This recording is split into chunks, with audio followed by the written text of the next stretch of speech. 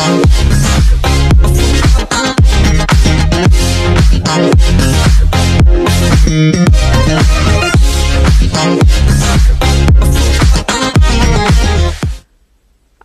আলাইকুম viewers, welcome back to my channel. আবারও চলে আসলাম আপনাদের সাথে শেয়ার করতে আরও একটি রেসিপি, আর তা হলো রোগান জোশ। এটি একটি অ্যারোমা সমৃদ্ধ পার্সিয়ান খাবার, তবে সমৃদ্ধ করেছে কাশ্মীরি রেসিপিকেও। রোগান অর্থ লাল রং এবং জোশ শব্দের অর্থ তীব্র গরমে সেদ্ধ করা, আর তাই এর নাম রোগান জোশ। এই রেসিপিটি পাকিস্তানিরা এবং ইন্ডিয়ানরাও করে থাকেন। আমি আজ আপনাদের করে দেখাবো মাটন রোগান জোশ। নিয়েছি 1 কেজি পরিমাণ খাসির রানের গোশত, সাথে আরও নিয়েছি 1 কাপ পরিমাণ পেঁয়াজ বেরেস্তা। বেরেস্তাটা আমি সুপার শপ থেকে কিনে এনেছি। সাথে আরও আছে 3টে তেজপাতা, 5টি সবুজ এলাচ, 4টি কালো এলাচ, 1 টুকরো জয়ত্রী এবং 1 চা চামচ করে ধনিয়া এবং সফ, 2 টেবিল চামচ কাশ্মীরি লাল মরিচ, 1 চা চামচ করে ধনিয়া, লাল মরিচ, আদা এবং 1 চা চামচ পরিমাণ লবণ।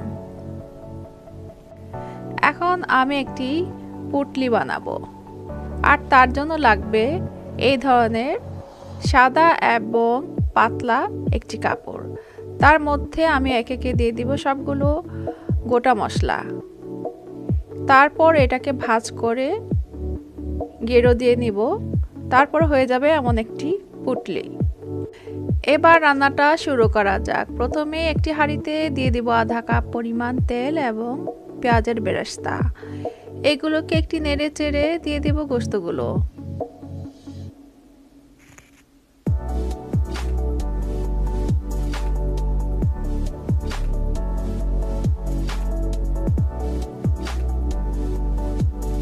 তারপর দিয়ে দিব 1 চা চামচ পরিমাণ লবণ এবং 4-5 টেবিল চামচের মতো পানি।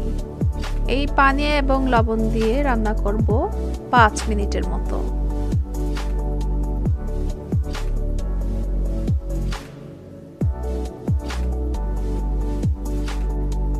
এতক্ষণ রান্নাটা আমি মিডিয়াম ফ্লেমে করেছি। এই 5 মিনিট রান্না করার পর দিয়ে দিব ফুটন্ত গরম পানি। এখানে ব্যবহার করেছি 1 লিটার পরিমাণ পানি।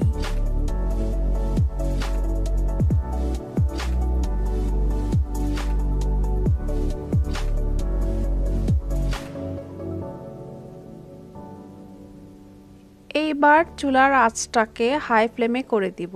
অপেক্ষা করব 7-8 মিনিটের জন্য।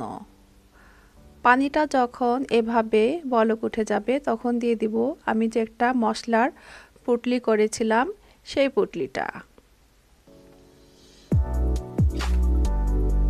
তারপর ঢেকে রান্না করব 45 মিনিট। এখন চুলার ফ্লেমটা মিডিয়াম টু লোতে রাখবো। এই 45 মিনিট পর গোশতগুলো প্রায় 90% সেদ্ধ হয়ে যাবে।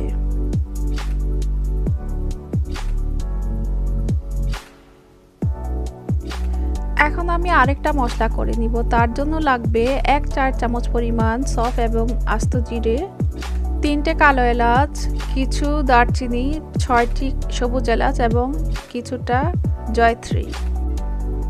এই সবগুলি মশলাকে আমি একটি ব্লেন্ডারে এভাবে গুঁড়ো করে নিব। এবার সেদ্ধ করে রাখা গোশতগুলোর মধ্যে আমি একে একে দিয়ে দিব গুঁড়ো মশলা এবং লবণ। তারপর আলতো করে মিশিয়ে দেব।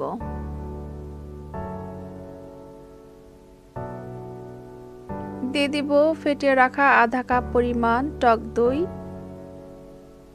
এটাকেও আলতোভাবে মিশিয়ে দেব। বেশি জোরে নাড়াচাড়া করা যাবে না। আবারও দিয়ে দিব গুঁড়ো করে রাখা সেই স্পেশাল মশলাটা। এটাকে আস্তে আস্তে মিশিয়ে দেব। ঢেকে দিব 20 থেকে 25 মিনিটের মতো। এই 20 থেকে 25 মিনিট আমি রান্নাটা করেছি মিডিয়াম টু লো ফ্লেমে। রান্নাটা এই 25 মিনিট পর শেষ হয়ে গেল।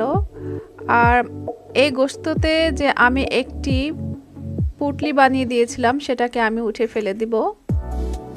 আর আপনাদের দেখাচ্ছি গোশতটা যে কতটা নরম হয়েছে।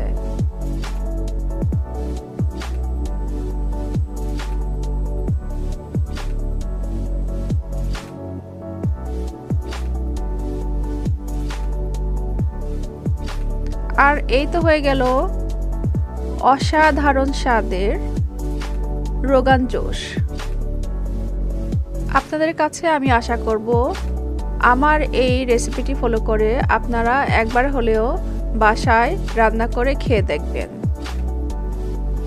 আর আমার এই আজকের রেসিপিটি আপনাদের কাছে কেমন লেগেছে অবশ্যই জানাতে ভুলবেন না। আজকের মতো এখানেই শেষ করলাম। সবাই ভালো থাকবেন। আবারও দেখা হবে অন্য কোনো সময়ে অন্য কোনো রেসিপিতে। আল্লাহ হাফেজ।